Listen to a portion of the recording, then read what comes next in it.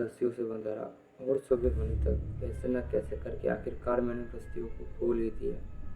अब मेरे पास दो रास्ते थे, या तो यहाँ से ऐसे ही भाग जाऊँ या फिर उस राक्षस को खत्म करने की कोशिश करूँ। मैंने दूसरा रास्ता चुना और उस कमरे में छानबीन करने लगा ताकि कुछ ऐसे सुराग मिल जाए जिनसे मैं उस राक्षस को खत्म कर सकूँ। काफ़ी देर ढूंढने के बाद मुझे मिली एक किताब। उस किताब में अपने राक्षसों के बारे में लिखा था और उसमें लिखा था कि ये राक्षस करीबन 500 सालों से है और इसी तरह शिकार करके जी रहा है।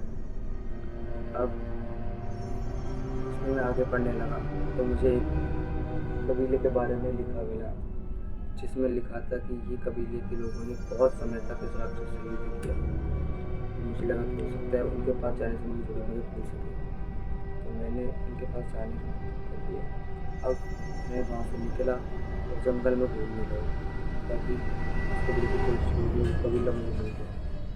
काफ़ी देर घूमने के बाद आखिरकार मुझे वो कबीला मिल ही गया। तब तक शाम हो चुकी थी। अब मैं कबीले में गया। कबीले के लोग मुझे वहीं रोक कर पूछने लगे, कौन हो तुम, कहाँ से आए हो, क्या कर रहे हो, क्या किस लिए आए हो तुम यहाँ? मैंने उनको सारी बात बताई तो उन्होंने मुझे अपने सरदार के पास जाने के लिए कहा। मैंने उनसे कहा चलो मुझे अपने सरदार के पास ले चलो। फिर वो लोग मुझे अपने सरदार के पास ले जाने लगे। उनका सरदार एक कमरे में बैठा हुआ था और पूछ रहा था कि तुम यहाँ किस लिए आए हो। मैंने सरदार को भी सारी बातें विस्तार से बताई।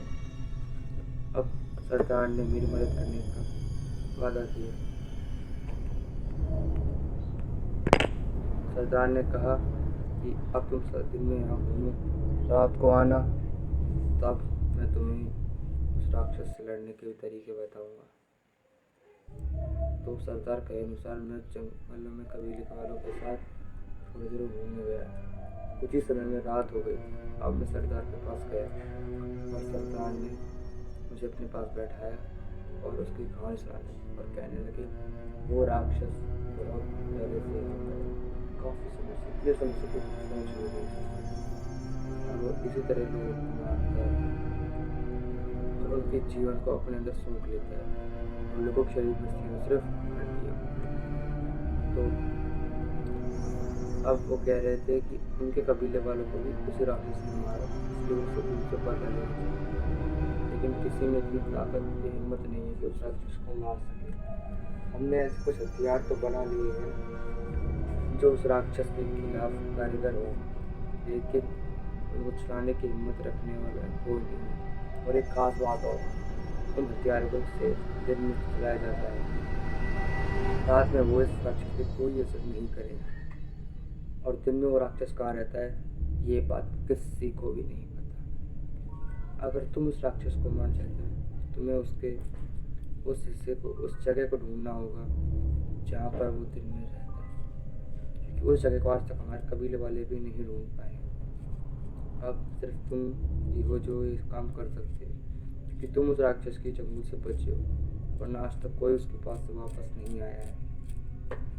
तो मैं तुमसे उम्मीद करता हूँ कि तुम उस जगह को ढूंढो और इन हथियार से उसको मारो, लेकिन ये काम दिन में ही होना चाहिए, कि रात के समय में उसकी शक्तियों को तुम सामना नहीं कर सकते।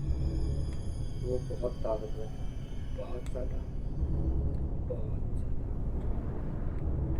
तो फ्रेंड्स बताइए आपको आज की स्टोरी कैसी लगी। अगर आपको इस सीरीज़ का नेक्स्ट पार्ट चाहिए तो प्लीज़ पिछली बार की तरह इस वीडियो पे भी 20 लाइक का एम है, इसको कंप्लीट करा दीजिए। जैसे आप एक कंप्लीट करा देंगे आपको सीरीज़ का एक नया पार्ट मिल जाएगा। Thank you friends and don't forget like and subscribe us.